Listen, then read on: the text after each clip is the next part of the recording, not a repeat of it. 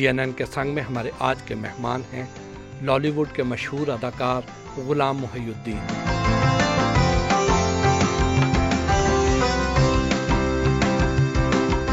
उनसे मुलाकात के लिए लाहौर में वाक़ उनकी रिहाइश गाह पहुँचे तो उन्होंने हमारा पुरतपाक इस्तकबाल किया।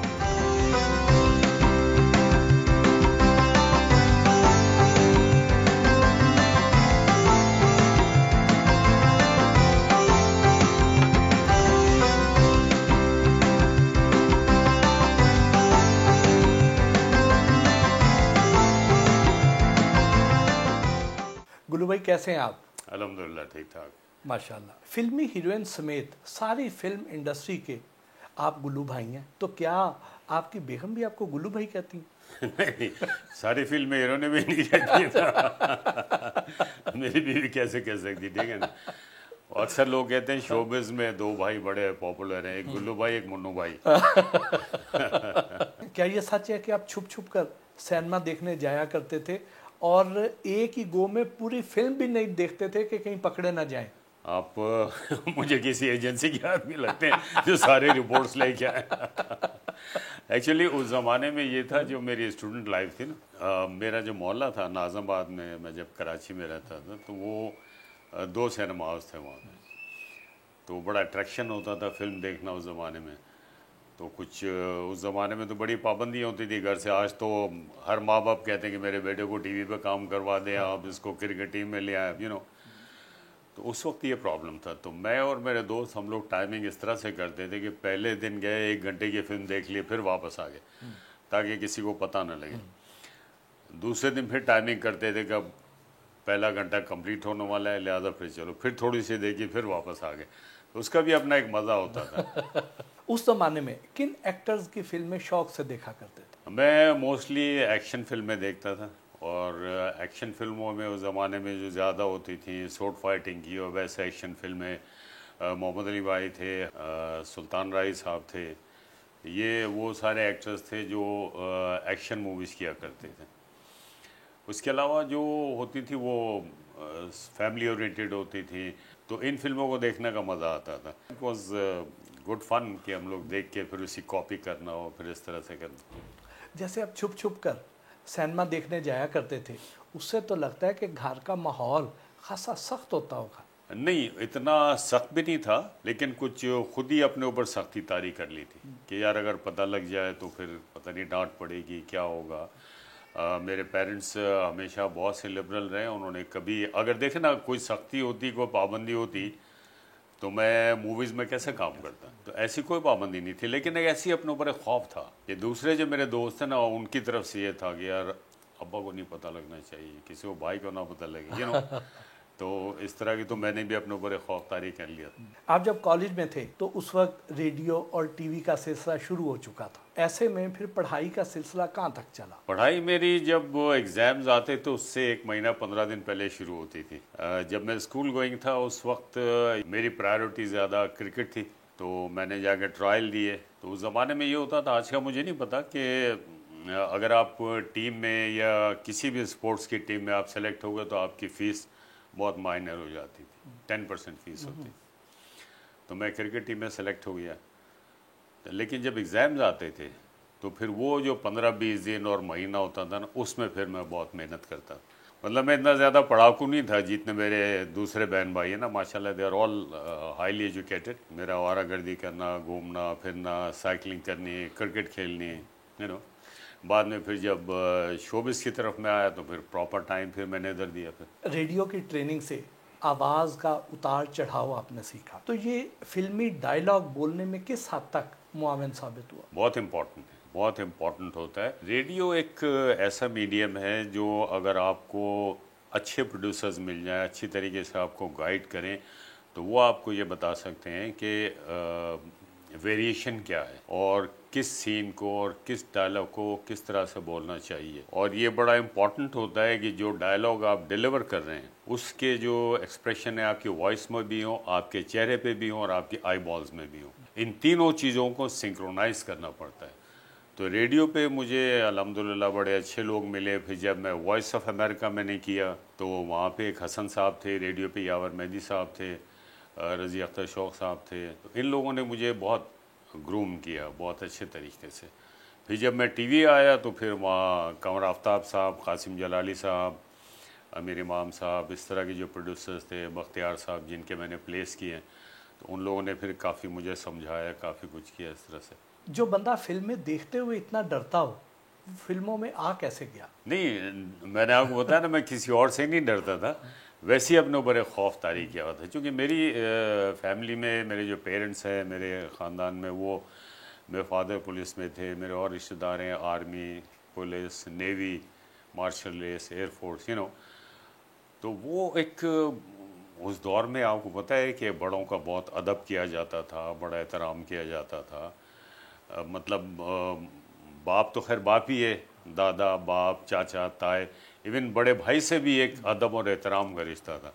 अब दौर बदल चुका है, अब मेरा बेटा मुझसे बात करता है वो ऐसे करता है जैसे दोस्तों की तरह बात हो रही, तो ये भी अच्छी चीज़ है, वो भी अच्छी चीज़ थी, दोनों ही अच्छी चीज़ें। बस वो एक होता ना कि एक लाइन क्रॉस नहीं होनी चाहिए, जो एक रेड लाइन कहते हैं ना, जैसे वो क्रॉस नहीं होनी चाहिए। आप फ्रैंक हो जाए अपने बच्चों के साथ, दोस्तों के साथ, लेकिन एक लिमिट की हद तक रहें। कितने ख्वाब, कितनी आंखें, कोई ख्वाब जो अब भी अधूरा हो?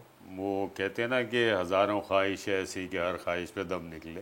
देखिए, शोबिस का काम हो है या स्पोर्ट्स है, जर्नलिज्म है, पॉलिटिक्स को भी आप कह सकते हैं, ये सारे ऐसे हैं कि अगर आप सिंसियरिटी के साथ काम कर रहे हो तो कभी आपकी सेटिस्फेक्शन नहीं होती। और अगर आपकी सेटिस्फेक्शन कम हो गई तो इसका मतलब ये है, जो मैं समझता हूँ, कि आपकी क्रिएशन ख़त्म हो गई। You have to work all the time, आपका ब्रेन चलता रहना चाहिए। अल्हम्दुलिल्लाह मैं 300 फिल्मों में काम कर चुका हूँ और बहुत वैरायटी मुझे मिली है, बहुत डिफरेंट रोल्स मैंने किए हैं। सिखों के रोल मैंने बहुत किए हैं, वो जो बलोच भाई हमारे कराची में, वो मैंने किए हैं। कॉमेडी भी की, एक्शन भी किए, रोमांटिक फिल्म मैंने, पाकिस्तान की सबसे बड़ी रोमांटिक फिल्म मैंने की है, बहुत सारा किए।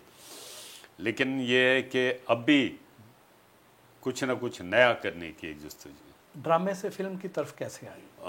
मेरा एक प्ले था कासिम जलाली साहब का, जिसका आपने भी जिक्र किया था, कितनी आँखें कितने ख्वाब। तो वो प्ले देखा था शबाब किरानी साहब ने, किसी के ज़रिए मुझसे कांटेक्ट किया। मैं थोड़ा सा रिलक्टेंट था, क्योंकि उस दौर में ये होता था भट्टी साहब कि किसी नए हीरो की फिल्म नहीं चलती, और हमारे 4-5 टॉप के हीरोज़ जो थे, मोहम्मद अली साहब, नदीम साहब, वहीद साहब, शाहिद साहब, ये अपने बूम पे थे और इंडस्ट्री का भी पीक टाइम था। तो मुझे ये हुआ कि अगर मेरी फिल्म ना चले तो सबसे ज़्यादा तो मेरे दोस्त ही मेरा रिकॉर्ड लगाएंगे, वो फारिग हो गया उनकी करेंगे, वो चीज़ होती। फिर मैंने शबाब साहब से बात की। शबाब साहब कहने लगे कि मैंने जो आपको कास्ट किया इसलिए कास्ट किया कि आप फिल्म के लिए बहुत ज़्यादा सूटेबल हैं। पहले मैंने 2 फिल्में की शबाब साहब की, एक की थी इंसान और फरिश्ता और एक मैंने की थी शिकवा।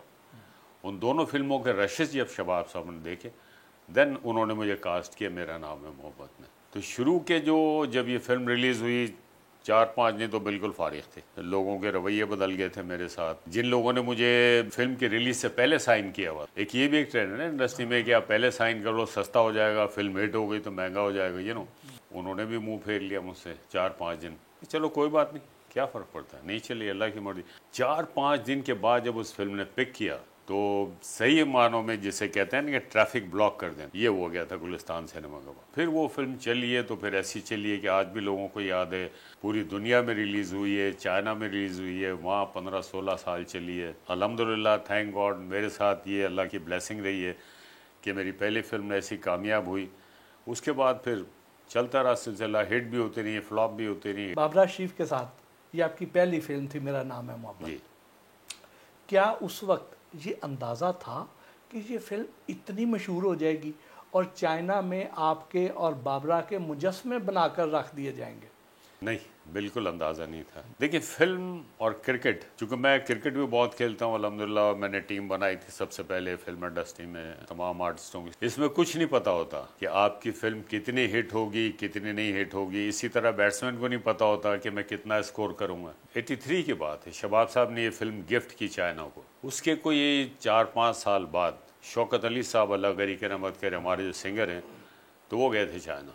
तो वो मुझे मिले स्टूडियो में, बड़ी जफ्फी डाल मुझे उठा लिया उन्हें मुँह च, मैं कहने वो यार मैं थोड़े उथे वो देख के आया हुआ स्टैचूज़, कमाल है भाई, दुनिया देखती है उसको खड़ी होके, वाह वाह वाह वाह। मैं कहा नहीं यार, कहने लगा फिर शबाब साहब ने मुझे बताया, बहुत से लोगों ने बताया। फिर जब चाइनीज़ डेलीगेशंस आते थे तो वो थ्रू सम रिलायबल सोर्सेज वो मेरे बारे में कहते थे कि मुझे मिलना है, तो वो बताते थे। फिर उसके बाद चंद साल पहले फिर मुझे वो स्टैचूज़ जो थी उनकी तस्वीरें फिर उन्होंने मुझे भेजी वहाँ पे। तो बहुत क्रेज़ है उस फिल्म का वहाँ पे, और अभी भी महीने में एक दफ़ा वो टीवी पे चलती है। आपकी फिल्मी जोड़ी नादरा के साथ बहुत मशहूर हुई, लेकिन खुद आपकी अपनी पसंदीदा हीरोइन कौन सी रही? आप फटे कराएंगे मुझे लगता है। ये जो सवाल होता है ना, ये फटे कराने वाला होता है। मैं आपको एक बात बताऊं, बिल्कुल ऑनेस्टली, इसमें कोई हिपोक्रेसी नहीं है, कुछ नहीं है। मेरे साथ जितनी भी हीरोइंस ने काम किया जो मुझसे बहुत सीनियर थी, लाइक शबनम भाभी हो गई, मुमताज़ हैं, संगीता है, अल्लाह गरी के रहमत करे रानी बेगम को, ये सारी हीरोइंस मेरे आने से पहले बहुत इस्टेब्लिश थी और बहुत इनका नाम था। जब मैं आया हूँ तो उन्होंने मेरे साथ बहुत अच्छा केमिस्ट्री लेवल मैच किया, बहुत अच्छे तरीके से काम किया। फिर बाबरा और मैं आ गए, फिर नीली, फिर नादरा, फिर रीमा, सायमा, अंजुमन, ठीक है। तो ये सारी वो हीरोइंस हैं जिन्होंने मेहनत की। मुझे हमेशा, चाहे वो फीमेल आर्टिस्ट हो या मेल आर्टिस्ट हो, जो अपने काम में इन्वॉल्व हो, ऑन द सेट उसकी इन्वॉल्वमेंट हो काम में, अपना काम सही तरीके से डिलीवर कर रहा है, वो मुझे हमेशा से पसंद आया। सारी हीरोइन बहुत अच्छी थी। बाबरा शीफ बड़ी हंसमुख और शुगली आर्टिस्ट रही हैं। उनके साथ काम करने के दौरान कोई मज़ेदार, कोई यादगार किस्सा को हो तो वो शेयर करें ना। हाँ, वो उसमें बाबरा में ये था कि वो शरारतें बहुत करती थी। एक शूटिंग थी, उसमें उसने सबको बंग वाले पकौड़े खिला दिया।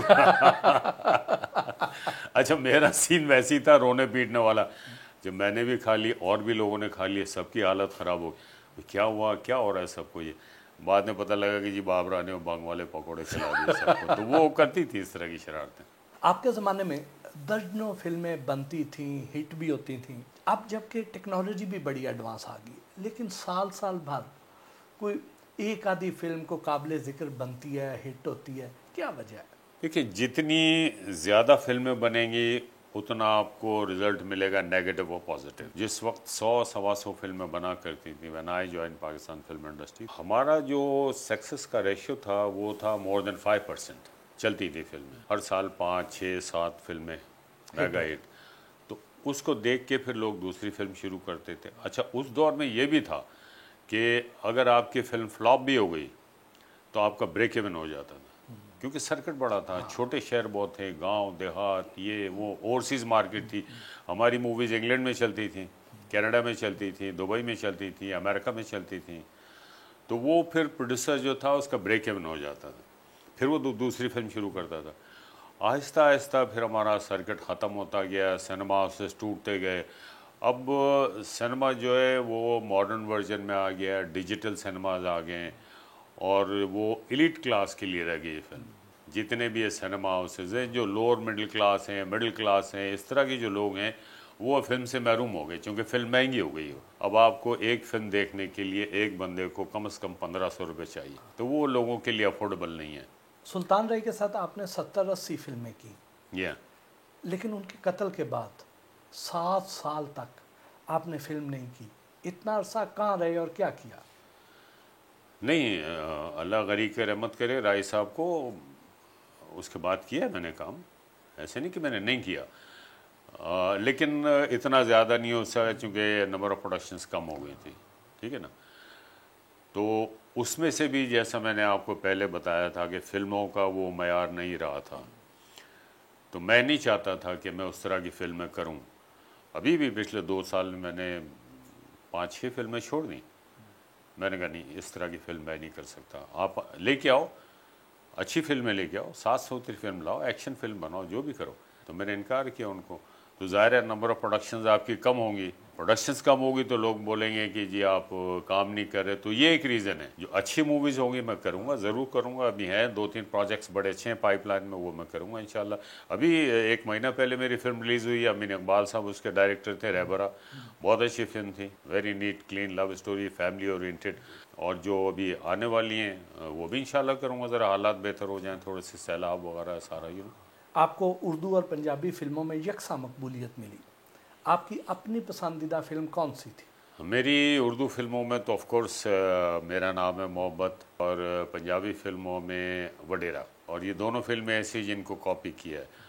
और एक और फिल्म भी थी, वो भी बड़ी अच्छी थी, वो उर्दू फिल्म थी जिद, फिर जीवा भी थी, फिर सखी बादशाह थी। बहुत सारी फिल्में हैं इस तरह की, बहुत सारी फिल्में हैं। सरकटा इंसान है, एक साइंस फिक्शन फिल्म थी वो।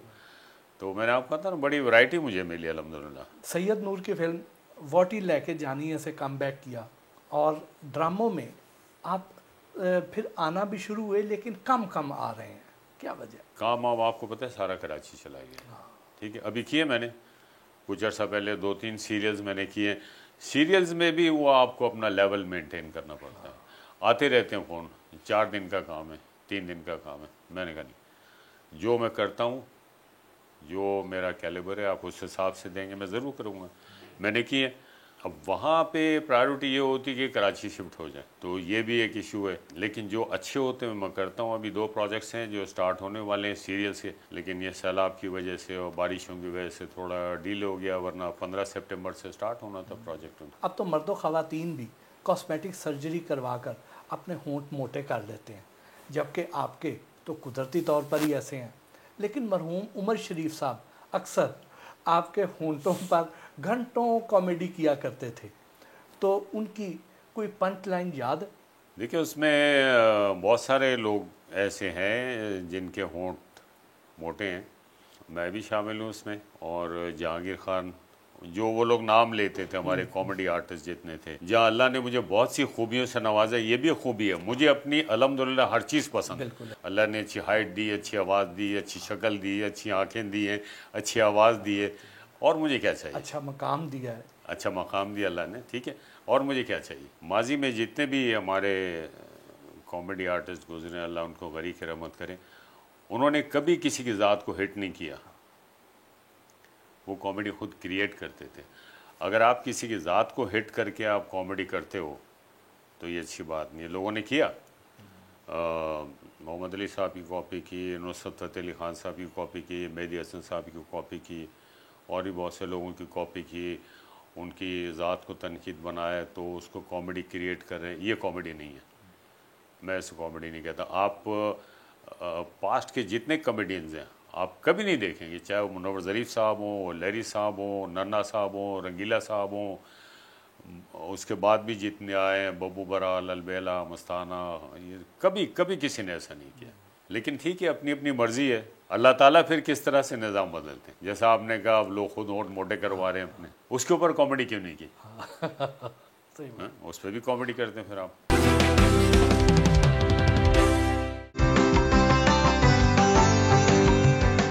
घर से जिम के लिए रवाना हुए।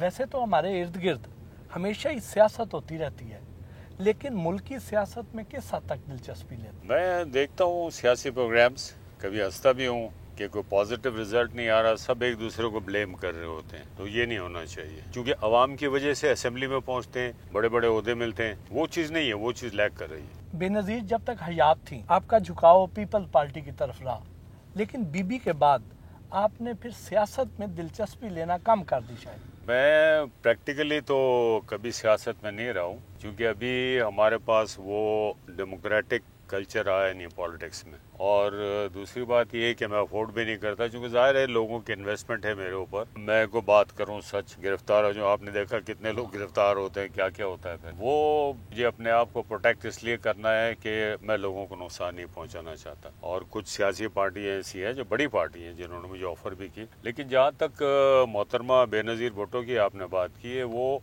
मैं स्टूडेंट लाइफ से प्रो पीपल्स पार्टी रहा हूँ, मेरे बड़े भाई भी, मेरी फैमिली के सारे लोग। लेकिन बीबी के इंतकाल के बाद फिर वो इंटरेस्ट मेरा कम हो गया फिर वो। लेकिन प्रैक्टिकली कभी नहीं था। कभी ये होता था कि बयानबाजी हो गई तो उसमें कुछ बात कर ली। भुट्टो साहब के हवाले से मैं बहुत बोलता हूँ, अब भी बोलता हूँ बहुत। में भुट्टो साहब हमारे मोहसिन हैं, उन्होंने पाकिस्तान को एटमी ताकत बनाया, तो इस हद तक है बस। प्रैक्टिकली कभी मैंने जलसे जुलूस ऐसा नहीं किया। जुल्फ़कार अली भुट्टो के बाद बेनज़ीर भुट्टो वाली पीपल्स पार्टी और अब आसिफ अली जरदारी साहब वाली पीपल्स पार्टी में क्या फ़र्क देखते हैं? बीबी जो थी ना वो बहुत ज़्यादा एक्टिव थी और बीबी का एक इंटरनेशनल एक्सपोजर था और उनका सब्जेक्ट भी पॉलिटिकल साइंस था। वो बाहर से पढ़ के आई थी, हार्वर्ड यूनिवर्सिटी से, ऑक्सफोर्ड से, तो वो बहुत अच्छा उसको टैकल करती थी और बहुत ज़्यादा फॉलोइंग थी। लेकिन उसके बाद ऐसा नहीं हुआ। फिर गुल्लू भाई, हम जिम तो जा रहे हैं लेकिन जो अली साहब से हमारी मुलाकात होनी थी वो नहीं करवाई आपने अभी। मेरा ख्याल है टाइम तो अली का भी हो गया, जिम का मैं कॉल करके पता करता हूँ। अली, आप जिम में हो? पहुँच गए हो? अच्छा ठीक है, बस हम लोग आ रहे हैं। वो GNN चैनल है ना, उनका एक प्रोग्राम है, उसमें कुछ आपके कमेंट्स वगैरह चाहिए, इंटरव्यू। ठीक है, बस अभी आ जाएंगे 10 मिनट में। ओके ओके, अल्लाह हाफ़िज़।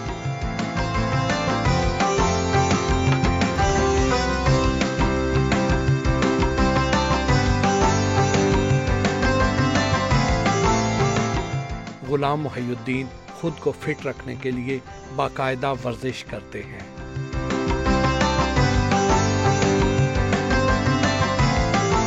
गुलाम मुहियुद्दीन और उनके बेटे अली मुहियुद्दीन से दिलचस्प गुफ्तगू हुई। फिटनेस बरकरार रखने के लिए रोज़ाना कितनी कैलोरीज बर्न करते हैं? मुझे अंदाज़ा नहीं है, लेकिन मैं अपने आप को फिट महसूस करता हूँ और कैलोरीज अगर होती भी है तो फिर मैं बर्न कर लेता हूँ। फिर मैं जिम भी करता हूँ, मैं वॉक भी करता हूँ, मैं मेंटेन करता रहता हूँ। गुल्लू भाई, बेटे का तारुफ तो करवाएं ना, हम तो इनके फ़ैन हैं ही, लेकिन जो हमारे देखने वाले हैं उनको भी तो पता चले ना जी। बेटा जी, इसमें हसन अली मुहियुद्दीन उनकी मूवी की हुई है आप भी फ़ैन है इसके, मैं भी इसका। बिल्कुल ऐसे ही है। ये तो माशाल्लाह एक बना बनाया पैकेज है। जितनी अच्छी हाइट है, जितनी अच्छी पर्सनैलिटी है, हेयर स्टाइल, बॉडी, हर चीज़ अल्लाह ताला ने बेहतरीन अता फरमाई है।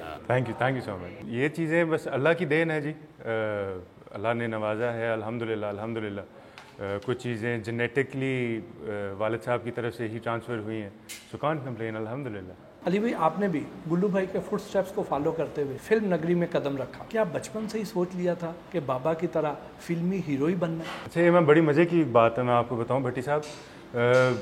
बचपन में ना मुझे ऐसा लगता था कि हर बंदा ही दुनिया में एक्टर है या उसका फिल्म इंडस्ट्री से कोई ना कोई ताल्लुक़ है, या वो डायरेक्टर हैं, प्रोड्यूसर हैं, म्यूज़िशियन हैं, सिंगर हैं, एक्टर हैं। मेरे लिए जो दुनिया थी वो फिल्मी दुनिया ही थी। बचपन में सुपर हीरो मूवीज़ बहुत देखी, पाकिस्तानी फिल्में बहुत देखी, अक्रॉस द बॉर्डर काफ़ी फिल्में देखी। तो एक वो लगन थी, एक शौक़ था बचपन से ही, और अब उसको पूरा कर रहे हैं अल्हम्दुलिल्लाह। गुलाम मुहियुद्दीन का बेटा होना काम के हवाले से मददगार रहा या फिर ये छाप काम में रुकावट बनती? कुछ हद तक अगर देखा जाए तो दो अलग अलग जाविये हैं।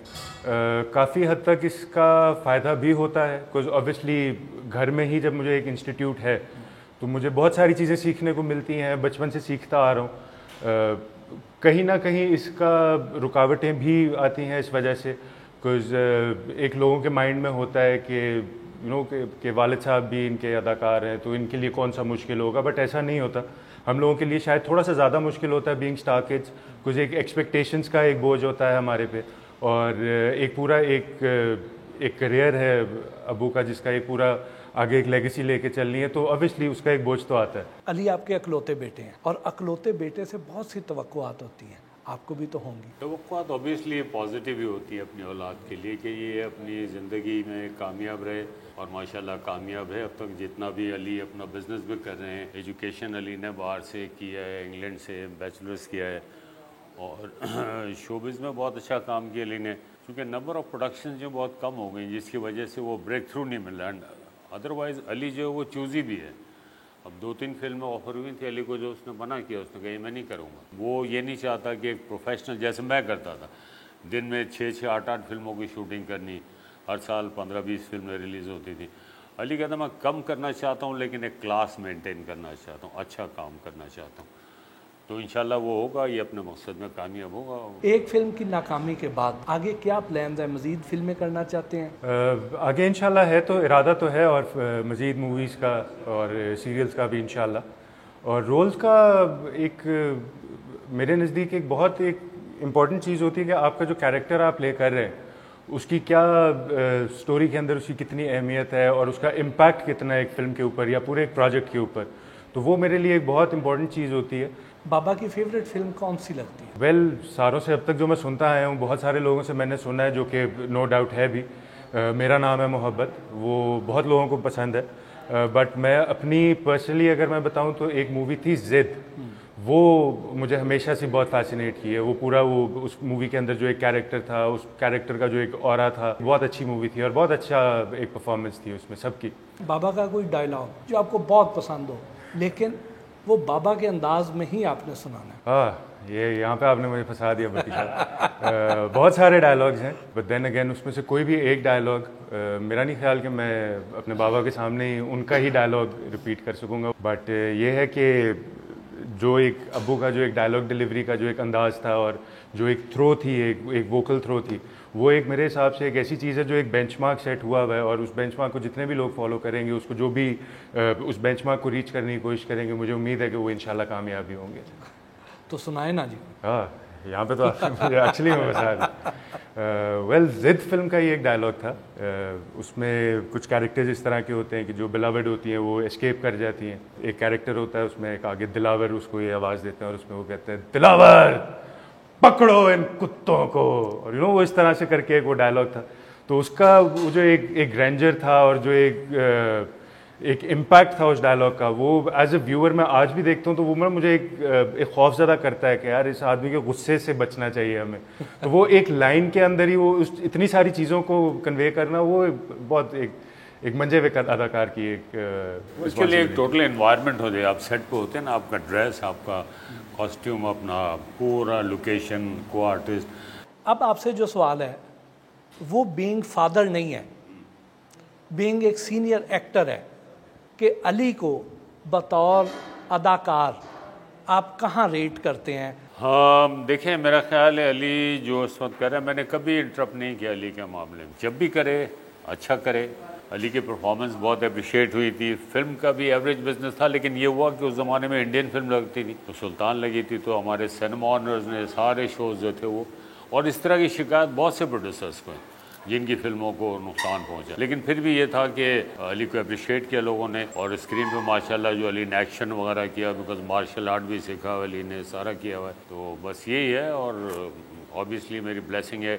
कभी मैंने कोई सिफारिश नहीं की अली की किसी को। अली आप खुद कैसी फिल्म करना पसंद करते हैं? एज एन एक्टर मुझे जो हमेशा से फिल्में जो बहुत ज़्यादा अपील की हैं वो एक्शन मूवीज़ मुझे बहुत अपील की हैं, और इंशाल्लाह आगे एक्शन मूवीज़ करने का मेरा इरादा है। उसके अलावा अगर मैं कहूँ तो बायोग्राफिकल मूवीज़ जो होती हैं, जो किसी एक पर्टिकुलर बंदे के ऊपर पूरी एक उनकी ज़िंदगी की जो एक स्टोरी बताती हैं, तो वो मुझे बहुत एक्साइट करती हैं एज एन एक्टर। कुछ वो पूरी एक जर्नी, एक लाइफ स्टोरी आप एक 1.5 से 2 घंटे की फिल्म के अंदर बताते हैं, तो वो मुझे लगता है कि इंशाल्लाह वो चैलेंजिंग होगा। आपकी फेवरेट हीरोइंस कौन सी हैं और किन किन हीरोइंस के साथ आप काम करना चाहते हैं? वेल मेरी फेवरेट ही हैं सारी, जितनी भी हैं हमारे मुल्क की हीरोइंस हैं, हमारे मुल्क की आर्टिस्ट हैं, और सबके साथ ही काम करेंगे, उसमें तो कोई ऐसी बात नहीं। जहाँ तक मेरी फेवरेट हीरोइंस का सवाल है तो वो मोस्टली जो क्लासिक पाकिस्तानी फिल्म्स थी, वो एक्ट्रेसेस मुझे बहुत पसंद हैं, जिनके साथ मोस्टली अब्बा का भी काम रहा है, और एक वो सारी एक हिस्ट्री रही है हमारी इंडस्ट्री की, वो मुझे काफ़ी पसंद है। यानी अब्बा भी उनके साथ काम करना चाहते थे, बेटा भी उनके साथ काम करना चाहता है। बड़ा भैया।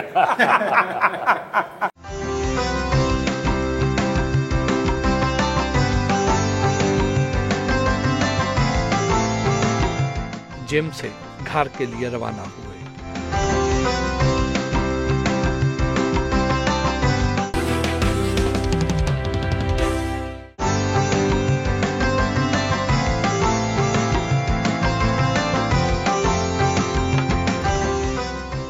गुलाम मुहिउद्दीन से हल्की फुल्की गपशप भी हुई।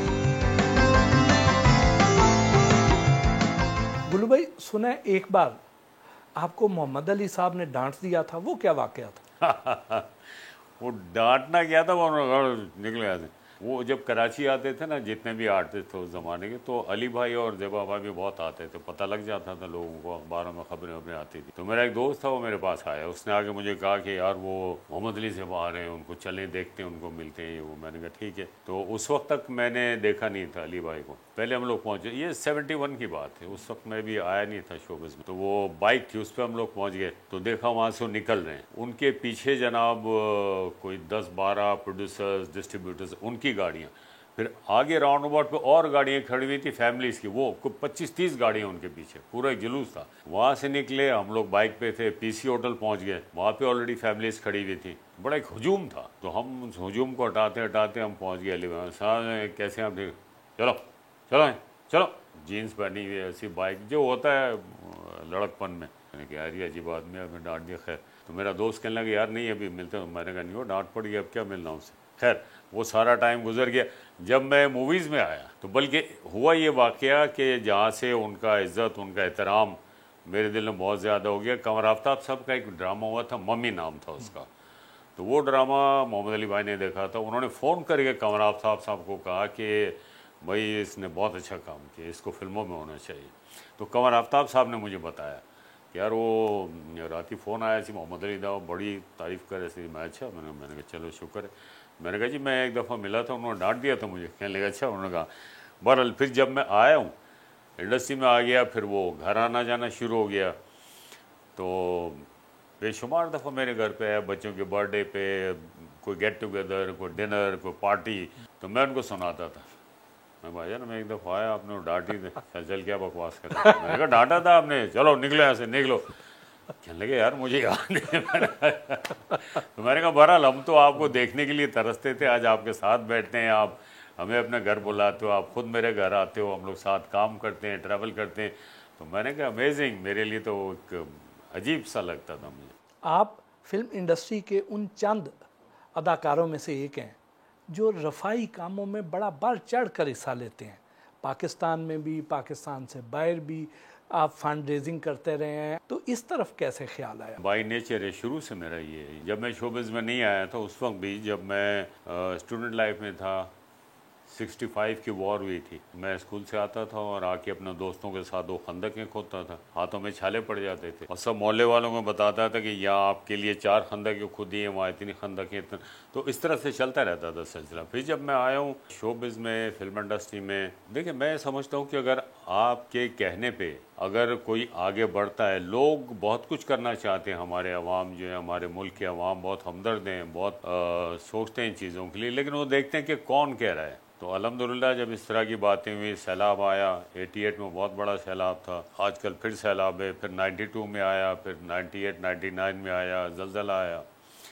तो इन सारे कामों के लिए मैंने फिर सबको मोटिवेट किया, पूरी इंडस्ट्री को इकट्ठा किया, और वो फिर मैंने यूज़ किया जो मैंने सबसे पहले शोबिज़ इंडस्ट्री में मैंने क्रिकेट टीम बनाई थी, फिल्म इंडस्ट्री में।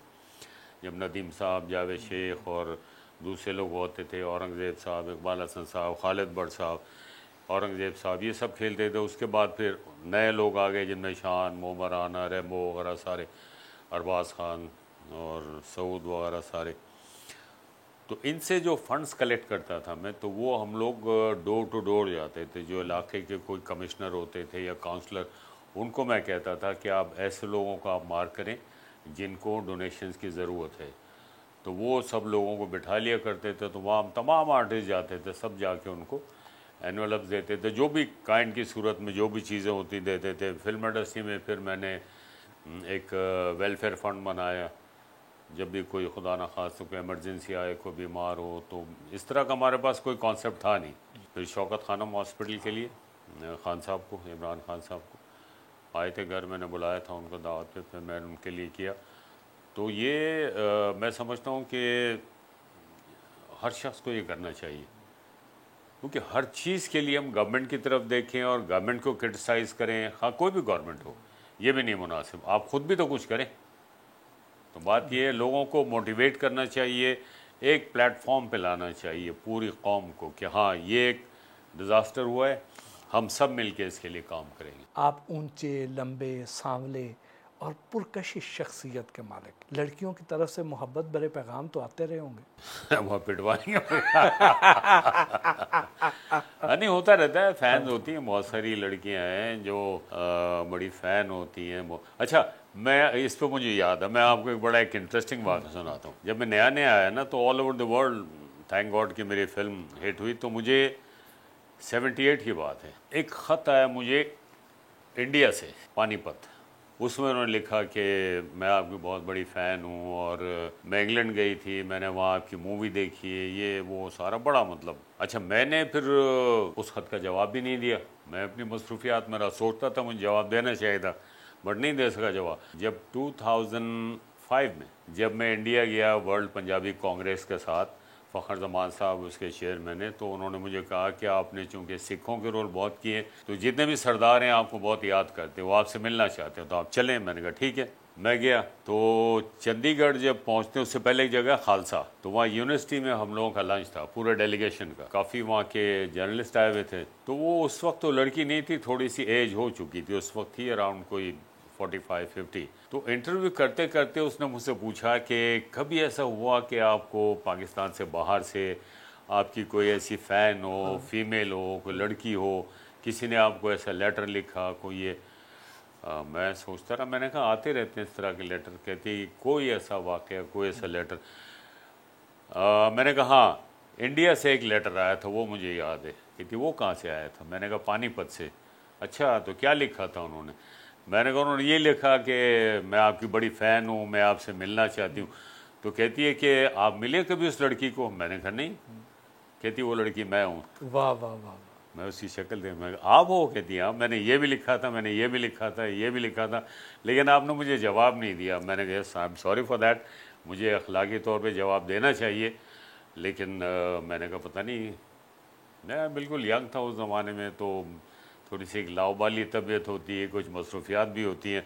बहरहाल मैंने उससे अपोलोजाइज़ किया। वो बहुत ज़्यादा मुझे एडमायर करती थी। फिर उन्होंने बहुत मुझे कहा आप इंडिया में भी आके काम करेंगे। मैंने कहा अच्छा। तो उस दिन उन खातून को मिलकर आपको अफसोस नहीं हुआ कि नहीं मैं शादी कर ही लेता इनसे? नहीं, उससे मैं क्यों करता यार, उसने जो लेटर लिखा मैं शादी करूं, तो इस तरह तो मुझे 1000 शादियां करनी पड़ती। फ़ैन फॉलोइंग अपनी जगह होती है, मैं खुद भी बहुत से लोगों का फ़ैन रहा हूँ, अभी मैं फ़ैन हूँ बहुत सारे लोगों का। सुना है फैमिली में ही शादी की, लेकिन अपनी पसंद से की। यस, हाँ, फैमिली तो नहीं थी मेरी, लेकिन ये था कि आप कह सकते हैं अपनी पसंद। फिर मेरे पेरेंट्स की भी पसंद थी, रजामंदी से होती ना सबकी, वो इस तरह से कि अल्हम्दुलिल्लाह मैं भी खुश हैं, सारा कुछ सही है। फिल्मी दुनिया में हुस्न भी हो, शोहरत भी हो, पैसा भी हो, तो कदम अक्सर डगमगा ही जाते हैं। आपके साथ भी ऐसा कोई हसीन हादसा पेश आया तो होगा?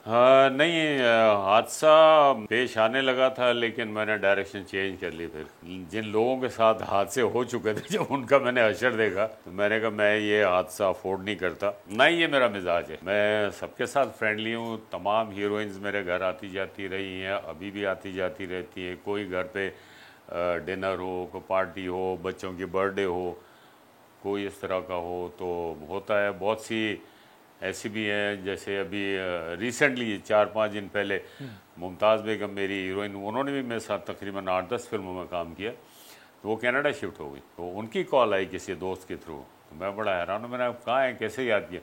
कहती बस बहुत याद आते हैं पुराने दिन, इसलिए मैंने। तो सब कांटेक्ट में है, बाबरा है, मुमताज़ है, अंजुमन है, रीमा है, संगीता वगैरह, सबके साथ अभी भी रब्ता है। कैसी विमेन ब्यूटी से मुतासर होते हैं? मैं ब्यूटी से नहीं मुतासर होता, मैं सादगी से मुतासर होता हूँ। सिंपल नेचुरल ब्यूटी होनी चाहिए। आई मीन डेंटिंग, पेंटिंग, कील, फेस लिफ्टिंग, फलाना, I don't like that. Simple हो, सीधी सादी हो। वो जो खूबसूरती है, इसकी अपनी खूबसूरती है जिसे नहीं बनाया जा सकता। बड़े से बड़ा ब्यूटिशियन भी इसको नहीं बना सकता। वो जो एक सादगी का जो अपना एक हुस्न है, वो अपना एक हुस्न है, वो खूबसूरत। म्यूज़िक तो सुनते होंगे? हाँ, म्यूज़िक यस, लेकिन इतना टाइम नहीं मिलता कि ख़ास तौर पे आप म्यूज़िक सुनने के लिए बैठो। कभी गाड़ी में चला लिया, वो भी अब नहीं, अब नहीं। पहले होता था, अब वो भी नहीं सुनता। बस अब मैं बस ड्राइविंग भी कर रहा हूँ तो बस मैं अल्लाह को याद करता रहता हूँ। आपकी फ़िल्मों में ग़ुलाम अली, असद अमानत अली और मेहदी हसन की लाजवाल गायकी शामिल रही। उस दौर को कैसे याद करते हैं? नहीं, इनके अलावा और भी आवाज़ें हैं। तकरीबन जितने भी सिंगर्स हैं ना, सबके गाने मुझ पे पिक्चराइज हुए हैं। मेहदी हसन साहब हो गए, अहमद उर्दी साहब हैं, मसूद राना साहब हैं, और ग़ुलाम अब्बास साहब हैं, ए नैयर हैं, असद अमानत अली हैं, तो शायद अखलाक अहमद का भी एक आध गाना हुआ था मुझ पे।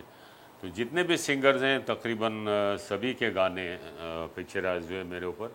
कौन सी फिल्में आज भी शौक से देखते हैं? मुझे आज भी एक्शन फिल्में पसंद हैं। एक्शन फिल्में मैं देखता हूँ, अभी भी फिल्में देख लेता हूँ, लेकिन अब इतना ज़्यादा टाइम नहीं मिलता। आप बिलीव करेंगे कि मैं अल्हम्दुलिल्लाह almost I did 300 movies, but cinema house में जाके मैंने अपनी 6 फिल्में देखी हैं। खाने के मामले में लाहौरी हैं या कराची वाले? ना मैं लाहौरिया हूँ ना मैं कराची वाला हूँ। मैं जितना खाना होता है उतना खाता हूँ, ओवर रेटिंग मैं नहीं कर सकता। और मुझे भी ऐसा कोई शौक़ नहीं है कि ये भी खाओ। रिच फूड मैं इतना ज़्यादा नहीं खाता, मैं सिंपल डाइट हो, और ये भी नहीं हो कि जी आप ओवर रेटिंग कर लो, और ये इस तरह का भी नहीं है। सिंपल डाइट होती है मेरी, जो मिल गया वो खा लिया। आपने दुनिया भर में ट्रैवल किया, आपकी पसंदीदा जगह कौन सी है? मुझे 2 मुल्क बहुत पसंद आए, तकरीबन अल्हम्दुलिल्लाह सारी दुनिया ही देखी है। मुझे एक टर्की और एक जापान, एंड देन दुबई। और प्रायोरिटी इन चीज़ों की सबसे बड़ी ये है कि यहाँ पे इंसानियत बहुत है, इंसान की वैल्यू है, सिक्योरिटी का निज़ाम बहुत अच्छा है, सिस्टम है, डिसिप्लिन है। अब मैंने अल्हम्दुलिल्लाह कई दफ़ा मैं गया हूँ दुबई, वहाँ मेरी आदत है, मैं वॉक करता हूँ, तो मैंने रात को 2-2 बजे लड़कियों को देखा, अकेली जा रही हैं, वॉक कर रही हैं, किसी किस्म का कोई ख़तरा नहीं है, कुछ नहीं है। सेम इसी तरह टर्की में, इसी तरह जापान में है। मैं जापान गया एक सीरियल की रिकॉर्डिंग के लिए, तो वहाँ कुछ पुलिस ऑफिसर थे, तो उन्होंने वो अरेंज किया था, पुलिस की गाड़ियाँ थी। वो मेरे दोस्त भी थे, प्रोड्यूसर भी, तनवीर जमाल, उनका इंतकाल हो गया, अल्लाह गरी के रहमत करे उन्हें। तो वहाँ जो पुलिस ऑफिसर थे, उन्होंने तनवीर जमाल को कहा कि वो पाकिस्तान से जो टीम आई है उनको मैं चाय पे बुलाना चाहता हूँ। मैंने चलो, तो वहाँ मैंने उनसे पूछा क्राइम रेशियो क्या है। कि उन्होंने कहा हमने किसी भी सिविलियन को एमुनेशन लाइसेंस नहीं दिया। क्योंकि जब मैं पहले दिन गया तो मैंने तनवीर जमाल को कहा, मैंने कहा यार मेरे पास टिकट है, पासपोर्ट हैं, डॉलर्स हैं, मैं कहाँ रखूँ? मैं क्या कमरे में छोड़ दें आप? तो मैंने कहा लॉक दो मुझे। कहते छोड़ दो आप, कुछ नहीं होगा। और मैंने कहा क्या कह रहे हो यार? कहते मैं ज़िम्मेदार हूँ। फिर भी मैंने अपने बैग में रख लिए, सेफ्टी से कि डिग्गी में रख लूँगा मैं गाड़ी की। तो जब उस पुलिस ऑफिसर ने मुझे बताया हमने किसी को एमुनेशन लाइसेंस नहीं दिया, मैंने कहा क्यों? कहता हम लोग काय के लिए। मैंने कहा आफरीन है भैया आपके ऊपर। और कहते हैं यहाँ जो सज़ाएँ होती हैं ज़्यादा, वो सिर्फ इस वजह से होती हैं जो लोग ड्रंक होकर गाड़ी चलाते हैं। बाकी किसी किस्म का जो क्राइम है वो हम खुद कंट्रोल करते हैं। तो ये निज़ाम हमारे मुल्क में होना चाहिए। लेकिन हमारा एक सेगमेंट है रैपिड फायर। वज़ीर आज़म शहबाज शरीफ को रेट करें आउट ऑफ 10। शहबाज साहब एनर्जेटिक हैं, काम करते हैं दिन रात। I personally like him. 10 में से कितने नंबर देंगे? 10 में से 8। साबिक वज़ीर आज़म इमरान खान को रेट करें आउट ऑफ 10। जो उनकी सर्विसेज रही हैं पिछले तकरीबन 3.5-4 साल हो रहे हैं, 6 नंबर। उसका रीज़न ये था कि उनकी टीम पूरी नई थी, और वो सारी रिस्पॉन्सिबिलिटी जो होती है वो हेड ऑफ़ द स्टेट के ऊपर आ जाती है। इन लोगों को कोई मशवरा दें। नवाज शरीफ, आप बेशक मुल्क से बाहर हैं, लेकिन अभी भी आप पॉपुलर हैं इस मुल्क में, और जो इल्ज़ामात आप पे लगे आप पाकिस्तान आएँ और आप अपनी सफाई पेश करें, आप मुकदमा लड़ें, अपने आप को साबित करें कि आपने कुछ नहीं किया। शान गुड एक्टर, अपनी क्वालिटी बढ़ाएं, अपना परफॉर्मेंस लेवल बढ़ाएं। मोहम्मद राना ने बहुत सी फिल्में ऐसी की हैं जो उसको नहीं करनी चाहिए थी, तो उसको थोड़ा सा चूज़ी होना पड़ेगा। मरियम नवाज शरीफ बहुत ज़्यादा एक्टिव हैं। कभी कभी इंसान को अपना एनालिसिस खुद भी करना चाहिए कि क्रिटिसाइज़ अगर होता है तो क्यों होता है, उसकी वजह क्या है, उसको ठीक करना चाहिए। चौधरी परवेज़ इलाही साहब का तो मैं बड़ा फ़ैन, रियली मैं आपको सही कह रहा हूँ। बड़े पॉजिटिव इंसान हैं और आर्ट लवर हैं, अच्छा काम कर रहे हैं वो भी। रीमा बड़ी एनर्जेटिक है और बहुत एक्टिव है। अब रीमा ने काम छोड़ दिया, ज़ाहिर है वो एक फैमिली लाइफ में है वो, लेकिन रीमा ने जो फिल्म डायरेक्ट की थी वो भी अच्छी की थी। तो कम से कम 1-2 साल में रीमा को एक फ़िल्म भी बनानी चाहिए, डायरेक्ट करनी चाहिए। साइमा अच्छी आर्टिस्ट हैं, लेकिन वो काम के अलावा वो हाउसवाइफ हैं। तो मैंने सुना था कि वो फिल्म डायरेक्ट कर रही हैं। वो इन लोगों को आना चाहिए। रेशम अच्छी आर्टिस्ट है, काम कम करती है बहुत। हैदर सुल्तान, हैदर सुल्तान को भी अच्छा ब्रेक थ्रू नहीं मिला। आर्टिस्ट अच्छा है वो, ख़ास तौर पे पंजाबी फिल्मों के लिए most suitable actor. Atif Aslam, Atif Aslam of course singer तो बहुत बड़े हैं, बड़े इस्टेब्लिश हैं, very popular all over the world. उन्होंने पिछले दिनों कुछ सीरियल्स वगैरह में काम किया था, तो वो एक्टिंग भी करेंगे तो और ज़्यादा अच्छा होगा, मूवीज़ में भी करें और सीरियल्स भी करें। हदीका कियानी, दीका कियानी ने भी सीरियल किया था, तो उनका तो एक गाना इतना पॉपुलर है, बुए बारियाँ, तो एक्टिंग में भी लोगों ने उनको बहुत लाइक किया, बहुत पसंद किया उनको, तो उनको चाहिए एक्टिंग भी कर देने साथ। One word for Babra Sharif, बहुत अच्छी artist, Anjuman, glamorous artist, Shahid Hameed, good artist, but अपने टाइम में उन्होंने अपने आप को खुद नुकसान पहुंचाया। Imran Khan, good captain and good leader, Zeba Mohammad Ali, the one and only popular couple in Pakistan film industry. Salma Agha, Salma Agha आधा तीतर आधा बटेर, Iftikhar Thakur, good actors, Syed Noor, good director, good writer, लेकिन वो बहुत डिले करते हैं अपने प्रोजेक्ट्स को। ज़ेबा बख्तियार, बहुत अच्छी आर्टिस्ट काम नहीं कर रही। महविश शजात, आर्टिस्ट तो अच्छी है वो भी, लेकिन परफॉर्मेंस लेवल से ज़्यादा उनका ग्लैमर है। माहिरा खान, माहिरा खान का परफॉर्मेंस लेवल बहुत हाई है, सबा कमर, बहुत अच्छी परफॉर्मर। निशो बेगम, उन्होंने तो काम ही छोड़ दिया। Good artist, Bushra Ansari. Versatile artist. अगर चांद पर जाना हो और आपसे कहा जाए कि आप सिर्फ 3 चीज़ें ही अपने साथ लेकर जा सकते हैं, तो वो 3 अशिया कौन सी होंगी? एक तो मैं कैमरा लेके जाऊंगा और फिर जाने से पहले पता करूंगा कि वहाँ की रिक्वायरमेंट क्या है, ड्रेसेस वगैरह का, और फूड ऑफ कोर्स, क्योंकि मुझे नहीं पता वहाँ फूड का कोई इंतज़ाम तो अभी तक नहीं है, पहुँचे लोग हैं, तो ये 3 चीज़ें आपके पास होंगी तो ज़्यादा से ज़्यादा वहाँ ठहर सकते। अगर आपकी बायोपिक बने तो इनमें से किस एक्टर को अपने रोल में देखना पसंद करेंगे? नुमान एजाज, फैसल कुरैशी, अदनान सिद्दीकी। अदनान सिद्दीकी, उसका कुछ फेस कट वगैरह भी है कुछ इस तरह का। सर बहुत बहुत शुक्रिया, आपके साथ सारा दिन गुजारा, बहुत अच्छा लगा, बहुत अच्छी यादें। Thank you so much, I am honoured, आप लोगों ने इस काबिल समझा, प्रोग्राम किया।